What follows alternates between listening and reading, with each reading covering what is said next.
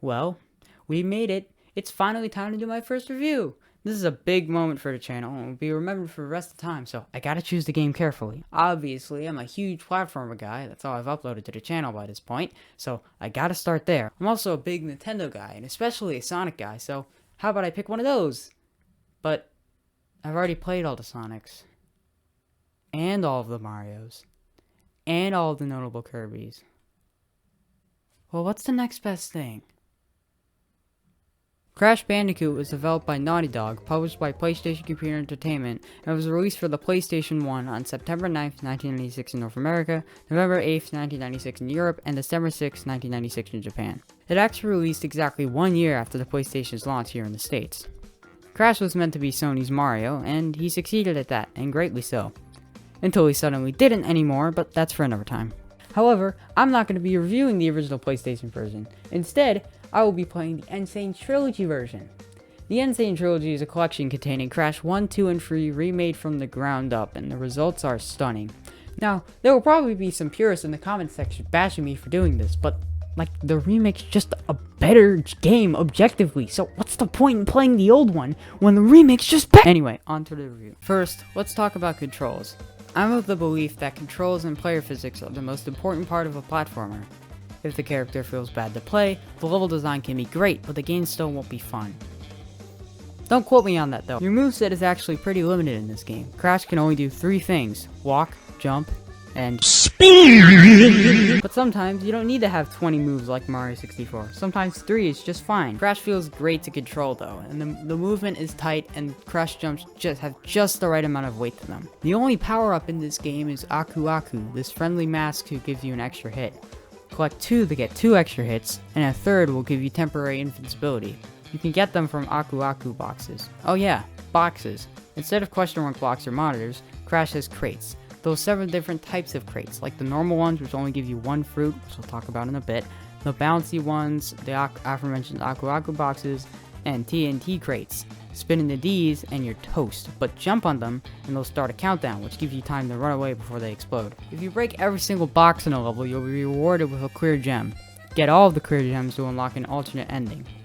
But not every level has a clear gem. Some have special ones. To get special gems, you need to break every box in a level without dying.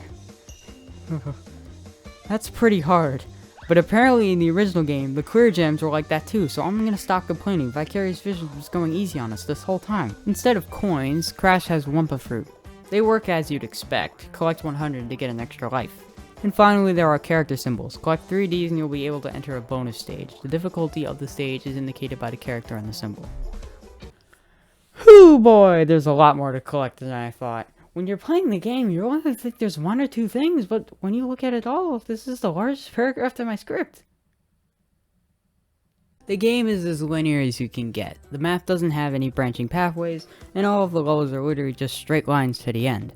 Which, I should add, isn't necessarily a bad thing. There are some 2D levels that play behind Crash, and levels where you run into the screen.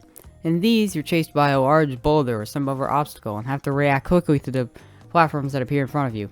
You'd think that this would lead to a lot of cheap deaths due to not being able to see what's in front of you, but these actually work really well. There is one major problem with the game though. The pacing. Huh? What's that? You want to know about the difficulty curve? What difficulty curve? The game just throws the levels at you in seemingly random order. For example, Slippery Climb, the hardest level in the game, is followed by Toxic Waste, a level that I nearly beat on my first try. One more main point. This game is hard.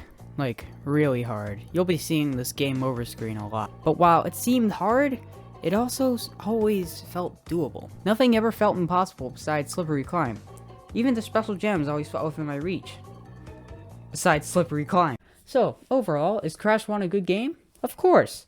But if you do play this game, you should play the N-Chain Trilogy version because, you know, it's just a better game overall. What's the point in playing the original if this is just a better game? Oh, and it's a lot more accessible. Yeah, that too. Oh, I almost forgot the most important part. If you spin into a collectible, it'll fly away and make a funny noise. You know, honestly, the funny noise carries the game for me.